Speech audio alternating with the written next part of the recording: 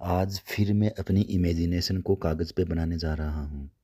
ये इमेजिनेशन राधा माता की है और माता राधे अपने दोनों घुटनों को फ़ोल्ड करके अपने सर को घुटनों पे टिकाए हुए भगवान कृष्ण के ध्यान में बैठी हुई है।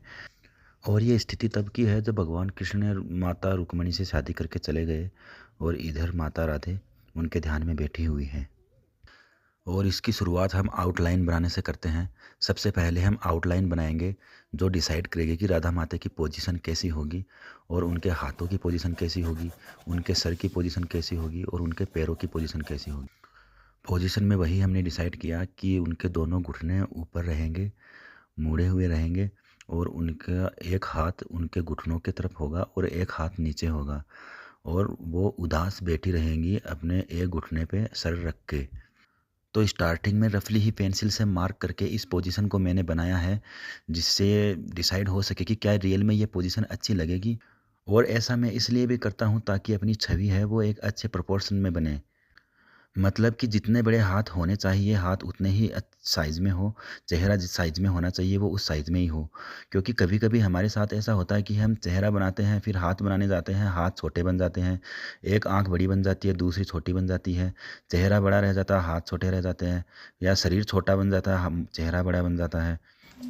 पोजीशन देखने में तो अच्छी लग रही है लेकिन पैर थोड़े बड़े और थोड़े अजीब से बन रहे हैं और सही पोजीशन नहीं लग रही पैरों को देखते हुए। इसलिए बाद में हमने ये डिसाइड किया कि दोनों घुटने ऊपर की तरफ फोल्ड ना होके सिर्फ एक घुटना ऊपर की तरफ फोल्ड रहेगा और उसी पे माता रानी का पैर रहेगा और दूसरा घुटना नीचे रहेगा।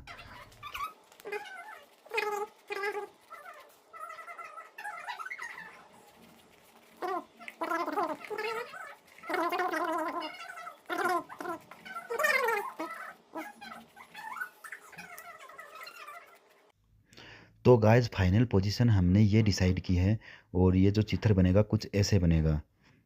ये अभी आपको थोड़ा अजीब सा लग रहा है लेकिन इसको हम प्रॉपर रेशियो में बनाएंगे और इसमें शेडिंग डालेंगे तो मैं आपको गारंटी देता हूँ ये एक नंबर का बन के आएगा।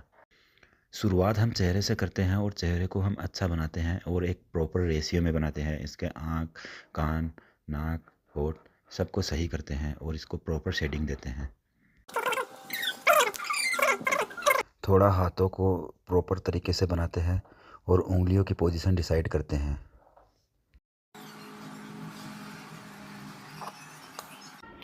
ड्राइंग की साइज़ काफ़ी ज़्यादा छोटी होने के कारण हम इसकी शेडिंग डायरेक्ट पेंसिल से नहीं करेंगे बल्कि इसे हम उंगलियों से थोड़ा फैलाएंगे ताकि ये थोड़ी रियलिस्टिक लगे और इसका लुक काफ़ी अच्छा उभर के आए। देखिए गाइज शेडिंग करने से माता राधे का चेहरा कितना सुंदर उभर के आया है। और गाइज यहाँ तक ये देखिए यहाँ तक सर पर दुपट्टा होगा जो आधे सर को ढका हुआ रखेगा और ये यहाँ से बाल होंगे यहाँ तक और ये यहाँ तक कान होगा और कान का झुमका ये यहाँ तक आएगा। गाइस ये मेजरमेंट हमें पहले ही कर लेना चाहिए ताकि छोटा बड़ा ना हो कुछ, हर एक चीज़ बराबर रेशियो में हो। और अब साथ में हम साथ में इसको ड्रॉ करते चलेंगे। साथ में ये जो छोटी छोटी चीज़ें हैं इनका मापदंड लेके चलना चाहिए और साथ में इनको ड्रॉ करते रहना चाहिए। यहाँ से ये बाल होंगे और बाल ऐसे हवा में लहराते हुए होंगे जैसे सामने से हवा चल रही हो और बाल थोड़े हल्की हल्की हवा में पीछे लहरा रहे हों।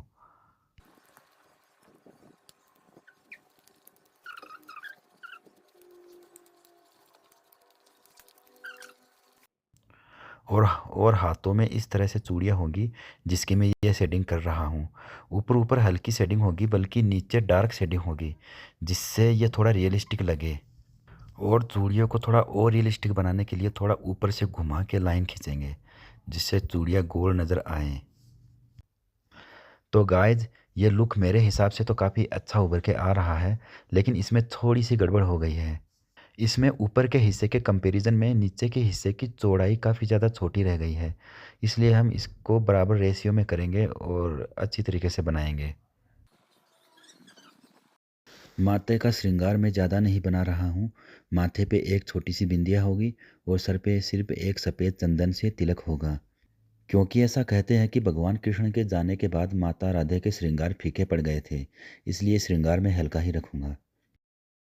अब थोड़ा लेफ्ट हैंड को बना देते हैं और इसको एक फाइनल पोजीशन दे देते हैं। फाइनल पोजीशन में लेफ्ट हैंड लेफ्ट पैर के ऊपर कुछ इस तरीके से रखा रहेगा।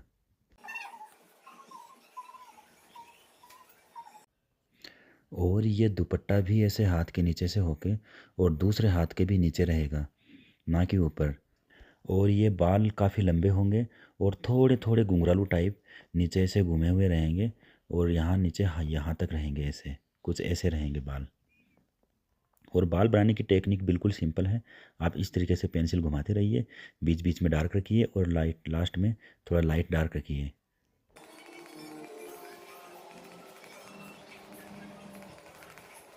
सेम बिल्कुल इसी तरह ये दुपट्टा, ये बाजू और ये चूड़ियाँ होगी और साथ में ये यहाँ तक पैर होगा और ये यहाँ तक, इस साइड का दुपट्टा भी इधर यहाँ तक होगा।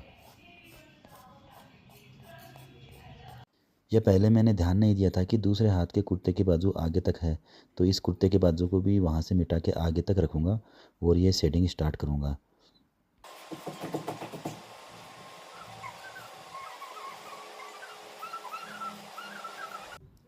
ये कुर्ते को थोड़ा सा सुंदर दिखाने के लिए हाथों की बाजू पे मोती लगाऊंगा, जिससे ये थोड़ा सा सुंदर दिखे और अच्छा लुक लगे, रियलिस्टिक भी लगता है थोड़ा। इस तरीके से मोती बनाने के लिए ज़्यादा मेहनत नहीं लगती, बस राउंड राउंड आपको घुमाना है और लास्ट तक ले जाना है ऐसे शेप में, बिल्कुल इस तरह। और फिर नीचे कुर्ता को थोड़ा अलग दिखाने के लिए इसके नीचे शेडिंग कर देंगे, जिससे ये लगे कि थोड़ा सा हाथ से अलग है ये चीज़।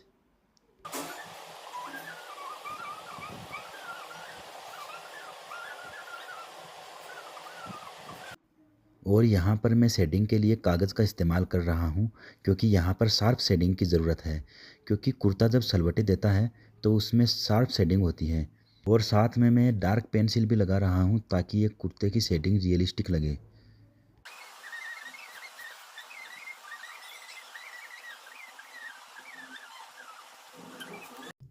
और गाइस ये मैं हाथ बना रहा हूँ, पर जिस तरीके से मैं ये हाथ बनाना चाह रहा हूँ या जो पोजीशन मेरे माइंड में है, उस हिसाब से ये बन नहीं रहा है और एक अच्छा लुक जो मैं देना चाह रहा हूँ वो आ नहीं रहा है। फिर भी मैं कोशिश कर रहा हूँ कि ये अच्छा बने।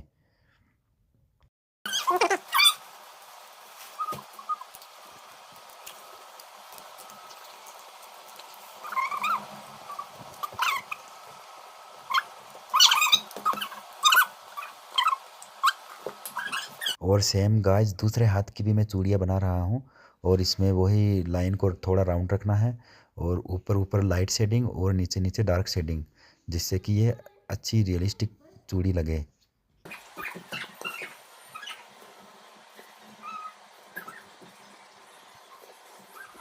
और इस कुर्ते को चूड़ियों से थोड़ा अलग दिखाने के लिए डार्क और थोड़ी ज़्यादा शेडिंग इसके नीचे करेंगे ताकि ये अलग दिखे चूड़ियों से।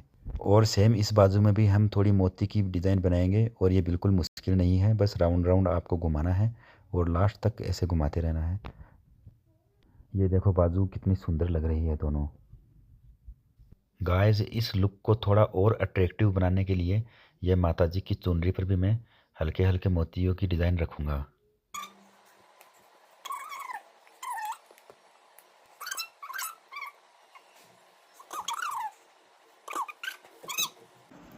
और ये सर पर जो चुनरी है उसकी भी शेडिंग कर देते हैं।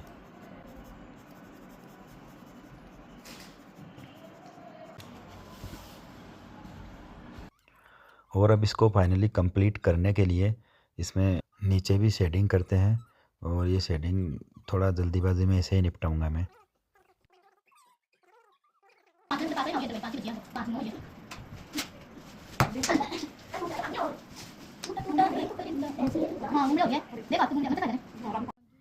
और फाइनली ये लगभग कंप्लीट हो गई है, लेकिन इसका फेरों का लुक मुझसे स्टार्टिंग में बन नहीं रहा था। तो फिर मैंने अपनी भतीजी को सामने बिठाया और उसके पैरों को मैंने ड्रॉ किया, क्योंकि ऐसे दिमाग में आ नहीं रहा था कि कैसे इनको बनाऊं।